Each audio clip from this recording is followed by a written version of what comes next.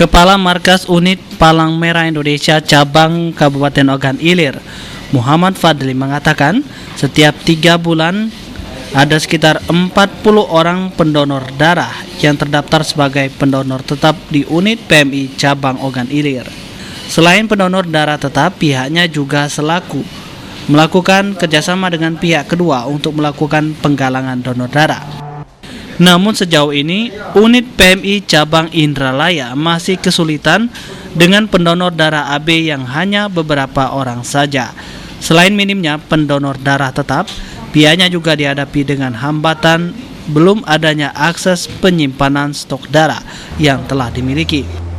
Sejauh ini stok darah yang terakomodir di unit PMI Ogan Ilir didistribusikan ke Rumah Sakit Umum Palembang dan Rumah Sakit Daerah Kayu Agung.